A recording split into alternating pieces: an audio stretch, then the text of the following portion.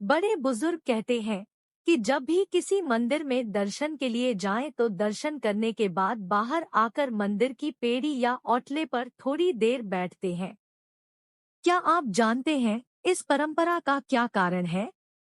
आजकल तो लोग मंदिर की पैड़ी पर बैठकर अपने घर की व्यापार की राजनीति की चर्चा करते हैं, परंतु यह प्राचीन परंपरा एक विशेष उद्देश्य के लिए बनाई गई। वास्तव में मंदिर की पैड़ी पर बैठ कर के हमें एक श्लोक बोलना चाहिए।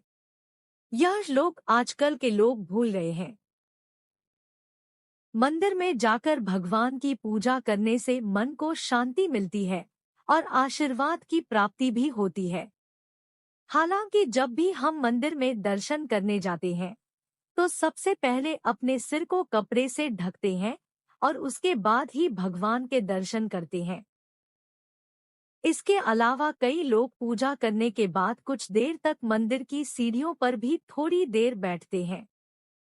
क्या आप जानते हैं कि ऐसा क्यों किया जाता है? दरअसल पूजा करने के बाद मंदिर में थोड़ी देर बैठने की परंपरा सदियों से चली आ रही है और कई लोग इसका पालन आज भी कर रहे हैं।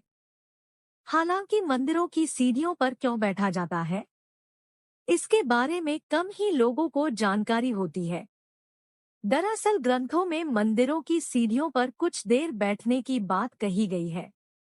इतना ही नहीं, ग्रंथों में एक श्लोक भी लिखा गया है जिसको सीढ़ियों पर बैठकर बोलने से हर कामना पूर्ण हो जाती है और दुखों का अंत हो जाता है।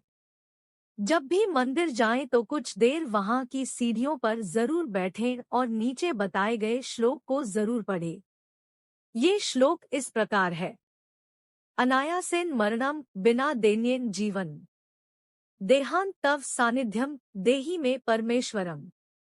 अनायासेन मरणम का अर्थ बिना तकलीफ के हमारी मृत्यु हो और हम कभी भी बीमार होकर बिस्तर पर पड़े पड़े कष्ट उठाकर मृत्यु को प्राप्त ना हो, चलते फिरते ही हमारे प्राण निकल जाएं।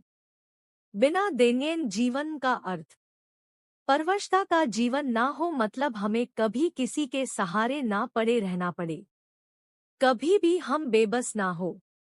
भगवान की कृपा से बिना भीख के ही जीवन बसर हो जाए। देहांते तव सानिध्यम का अर्थ जब भी मृत्यु हो तब भगवान के सम्मुख हो। जैसे भीष्म पितामह की मृत्यु के समय स्वयं ठाकुर जी उनके सम्मुख खड़े थे और उन्हें अपने दर्शन दिए थे। देहि में का अर्थ हे परमेश्वर, ऐसा वरदान हमें देना, ये प्रार्थना है। कब करें इस श्लोक का जाप? मंदिर में भगवान के दर्शन करने के बाद सीढ़ियों पर बैठकर आप ये श्लोक पढ़ सकते हैं।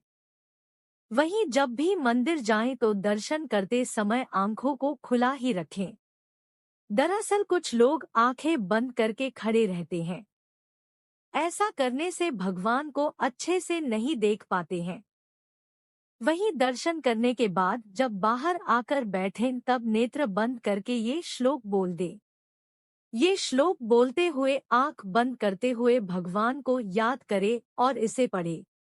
मंदिर से जुड़े अन्य नियम। मंदिर में प्रवेश करने से पहले अपने हाथों और पैरों को अच्छी तरह से साफ करें।